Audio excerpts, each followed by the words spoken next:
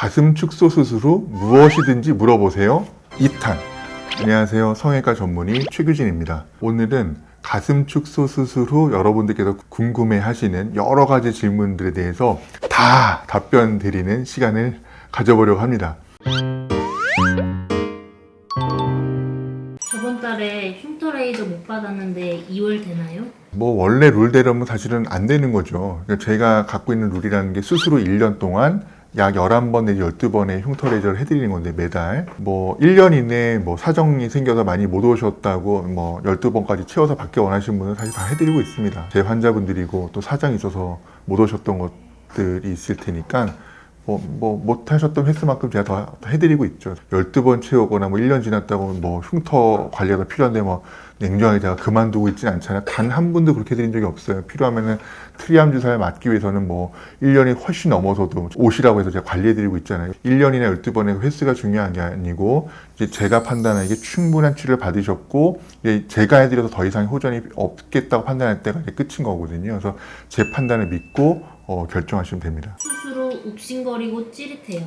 매우 흔한 일이고 너무 걱정하실 필요는 없는데 사실 걱정이 되는 증상이죠. 가슴이 붓거나 열이 나거나 또는 진물이 나거나 이런 게 동반되어 있으면서 욱신거리고 찌릿하다는 거는 응급일 수 있습니다. 물이 고이거나 피가 고이거나 감염이 와서 그런 증상이 생긴 거면 그건 빨리 조치 취해야 되는 건데 열도 안 나고 붓지도 않고 진물도 없고 상처도 깨끗한데 그냥 가끔 욱신욱신 찌릿찌릿 뜨끔뜨끔하다. 거의 다 감각이 돌아오느라고 일어나는 증상입니다. 그 증상은 언제 일어나는지 언제까지 있는지는 아무도 룰이 없어요. 개인차가 있고 수술한 지 정말 며칠 만에 그런 반응이 나타나는 분도 있고 아무렇지도 않다가 몇 달 있다가 나타나기도 하거든요. 다른 그 외에 동반된 응급 상황이 없이 단지 그 증상만 있다면 대부분 기다리면 좋아집니다. 1년 이내에는 대부분 사라지는 증상입니다. 방수 테이프 언제까지 부착해야 할까요? 룰은 없고요. 여러분들이 보셨을 때 상처 부위가 매끈매끈하고 아무것도 묻어나오지 않고 흐물흐물하지도 않다. 그러면 필요 없는 겁니다. 그냥 씻으시면 되는데 방수 데이밴드는 보통 우리가 2차 실밥을 뽑고 3일 기다려서 샤워하라고 말씀드리는데 그때는 방수 테이프 제가 붙이라고 말씀드리거든요.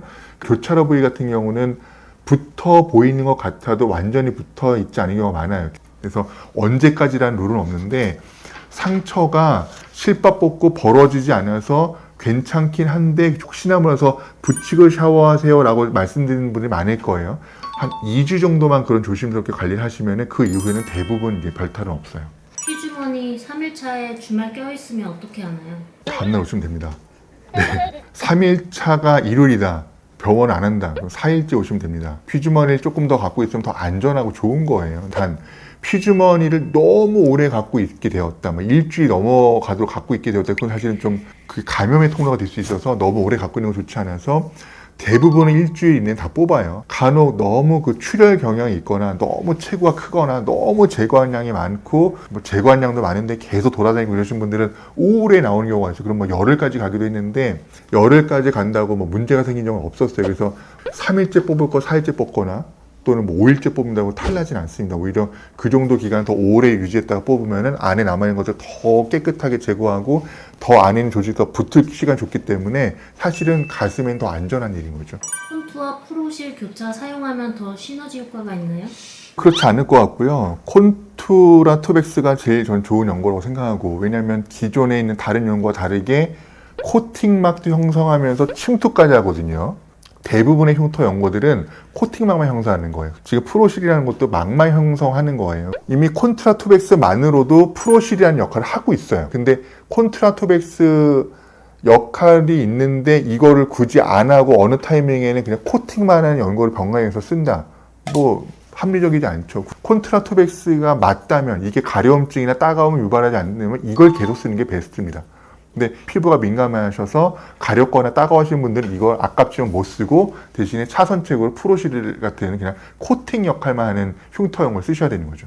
실밥 제거 내원일에 못하면 큰일 나나요? 너무 내원일보다 많이 지나면은 이제 흉터가 많이 생길 수 있습니다. 며칠째 실밥을 뽑아야지 흉터가 가장 최소화되면서 실밥 자국이 안 남으면서 상처가 벌어진 것도 막을 수 있는 거냐를 굉장히 여러 조합을 제가 찾은 거거든요. 이렇게 여러 가지 조합으로 계속 그 임상 경험을 제가 해오다가 저는 지금의 결론에 이른 거예요. 그래서 대부분의 실밥을 12일째 뽑고 가장 벌어지기 쉬운 요주의 부위만 몇 가닥 남겨놓고 요거는 추가로 일주 있다 뽑는 거거든요. 근데 요 몇 가닥을 몇 개 뽑은 것 때문에 요것 때문에 흉터가 심해진 것 같지는 않아요. 왜냐하면 국수하기 조그만 구석에만 몇 가닥 남겨놓은 거라서 12일째 뽑는 거 가지고는 웬만해서는 실밥 자국이 안 남는 것 같고, 근데 12일째 대부분의 실밥이 제거돼야 되는데 뭐 내원일을 못 맞춰서 막 15일, 16일째 뽑았다. 피부 타입에 따라서는 실밥 자국이 생겨버리기도 해요. 흉터를 적게 남기겠다고 얼마나 공들여서 봉합을 하고 좋은 재료 쓰고 더마본드 쓰고 실밥 뽑는 날짜가 늦어져서 흉터가 생겨버리면 너무 아쉽죠. 겨드랑이가 쑤시고 아프고 얼얼하고 땡겨요.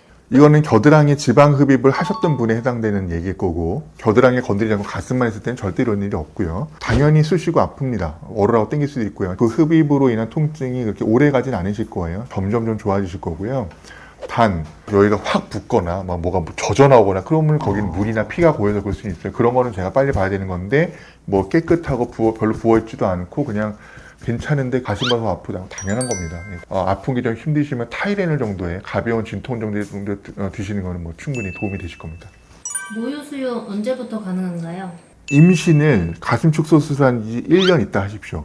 1년까지는 상처가 이렇게 막 계속 변해가거든요. 근데 안정화가 되고 난 다음에 가슴이 부풀어야 되는데, 아직 상처도 변해가고 뭐 이런데 가슴이 임신을 부풀기 시작하면 상처가 넓어지거나 악화될 수 있거든요. 그리고 이론적으로 정립은 못 하겠는데 임신이 상처를 악화시키는 것 같아요. 아주 오래된 환자들 보면은 뭐 예를 들면 뭐 확대를 한 흉터 부위가 뭐 몇 년 동안 깨끗하다가 임신을 했더니 갑자기 비후성 맞으면 확 진해져 올라오는 경우도 저는 몇 번을 봤거든요. 임신이라는 그 호르몬의 급격한 변화가 상처도 악화시키는 것 같고, 제왕절개 흉터를 보면 많이 그걸 또 느끼게 되는데, 다른 때는 괜찮은데 꼭 임신의 정점 때 절개하고 꼬맨 부위는 비후성 반응이 많이 보이는 거 보면은 임신이라는 특이한 상황이 흉터에 나쁜 영향을 주는 것 같고, 제왕절개 흉터가 매우 나쁜 분도 가슴 축소술하면 별탈 없이 깨끗한 경우도 굉장히 많거든요. 흉터가 막 이제 아물어가고 이제 뭐 우리가 달래가고 있는데 임신이라는 변수가 뻥 터져가지고 막 흉터가 걷잡을 수 없이 바뀌어가거나 가슴이 부푸는 일을 만들면 안 될 것이고, 임신을 하게 되면 이제 모유가 막 돌잖아요. 근데 상처가 아직 다 완전히 붙어서 내 것처럼 짠 이렇게 단단하게 다 아물지 못했는데 모유가 돌아서 막 고이기 시작하면은 장액조절 이렇게 확 고여버릴 수도 있는 거거든요. 축소한 다음에 1년 동안은 임신이라는 변화를 가지시면 안 되고요. 1년 이후에 고려하시길 바라고, 당연히 수유는 그것보다 더 이후여야 되는 거죠. 스테리 도착 후 그 부위가 붉고 간지러워요. 그러면 스테리를 떼보시는 거예요. 떼보고 며칠 지냈더니 가렵고 붉어짐이 가라앉더라. 그러면 테이프 때문인 거예요. 그런데 테이프를 떼도 그렇다. 다른 원인을 또 찾아봐야 되겠죠. 근데 테이프이 원인인 경우가 거의 100%예요. 그러면 스테리를 떼고 좀 쉬는 상태에서 저한테 오셔서 발진제 처방받고 발진 연고 바르시면 거의 일주일이면 가라앉죠. 스테리는 더 이상 하지 마시고 그 다음 단계는 에피다움으로 넘어가고 콘트라투에서 시작하시면 되는 거죠. 병원 내원이 힘들어요. 발진 나면 어떻게 해야 하나요? 우리나라에 의사가 참 많습니다. 피부과 전문의에게 상처를 보여주시고 또 관리 받으시면 거의 제가 하는 조치가 거의 같거든요. 근데 의사들마다 같은 상처를 보고 접근하는 방향이나 길은 조금 다른 것 같아요. 어떤 의사는 꺼지를 붙이면 안 된다, 뭐 이렇게 또 주장하기도 하는데, 진물이 나고 그러면은 보호를 해야죠. 그래서 저는 발진을 유발한 테이프를 다 완벽하게 제거하고 더 이상 자극을 주지 말라고 말씀드리고, 그걸 가라앉힐 수 있는 약과 연고를 쓰시라고 하는 거죠. 근데 연고를 바른 다음에 끈적끈적함이 있고 또 진물이 나는 상태인데 바로 옷을 입으면 안 되니까는 꼭 소독된 거즈를 구하셔서 그 부위에다 얹고 브래지어나 뭐 티셔츠 같은 거 입으시라고 말씀드리죠. 진물이 나면 응급인가요? 테이프 발진 때문에 생기는 진물이면 응급은 아니고 그냥 조치를 취하시면 되고, 상처가 터지고 안에서 뭐 진물이 나고 고름이 나오거나 막 장액 쪽에 흘러나오거나 피가 줄줄 나오고, 이거는 이제 응급이죠. 이거는 빨리 봐야 되는 건데,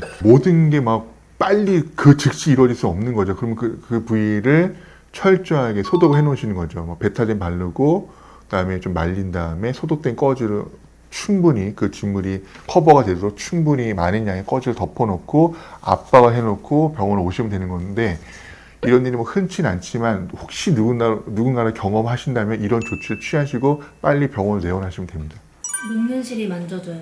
가슴 수술은 매우 많은 실을 써서 봉합을 하는 것이고, 여러분들의 그 상처 부위가 벌어지지 않도록 깊은 층부터 단계별로 매우 많은 실로 정성스럽게 봉합을 해놓은 거라 실이 많이 들어 있습니다. 근데 다 녹는 실들이고요. 녹는 실은 6개월 이내에 녹아서 없어지는데 피부가 얇은 곳에서는 실이 만져지기도 합니다. 그리고 실제 튀어나오기도 하고요. 근데 제대로 튀어나와서 우리가 정말 실을 인지할 수 있으면 뽑으면 되는데 집에서 뽑으라는 얘기가 아니고 병원에 오셔서 깨끗한 멸균 환경하에 소독된 기구로 제가 뽑아드려야 되는 것이고, 그냥 피부를 통과하지 않고 그냥 가까이에서 찌르고만 있는 거, 이건 못 뽑습니다. 기다려야 됩니다. 이걸 뽑으려면 째고 들어가서 실 뽑아야 되는데 그렇게까지 해드리고 있진 않고요.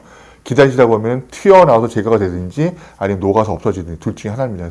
녹는 실이 만져지는 거는 뭐 그냥 기다리시면 되고, 정말 튀어나와서 손에서 걸린다 그러면은 소독을 잘 해놓고 내원해 주시면 제가 제거해 드리면 됩니다. 잘 때 심리스 브라로 교체해도 되나요? 3개월이 넘었다면요. 그 전에는 저희가 드린 압박 브래저를 입고 가슴 흔들리지 않도록 주무실 잘 압박이 돼야 되는 거고요. 3개월까지 잘 안 물었다면 뭐 심리스를 하시던 심지어 벗고 주무셔도 상관없습니다.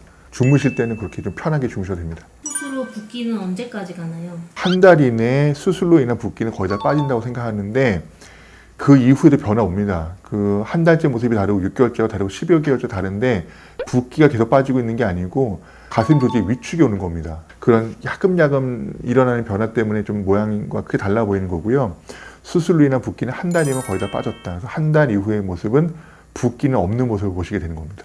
힐라이트 효과가 궁금해요. 빛의 여러 가지 파장 중에서 도움이 되는 파장을 몇 개 골라서 쏴주는 거거든요. 그러면은 상처 재생이 잘 된다고 되어 있어요. 그래서 우리가 수술한 부위가 아물어야 될 그 면적이 많잖아요. 겉에만 있는 게 아니고 안에도 아물어야 되는 거고, 그래서 그런 부위들의 좋은 상처를 빨리 재생시킬 수 있는 걸 촉진할 수 있는 그 딱 파장을, 그 맞는 파장을 조사해줘서 상처 재생을 촉진시키는 겁니다. 수술하고 유륜이 짝짝이 같아요.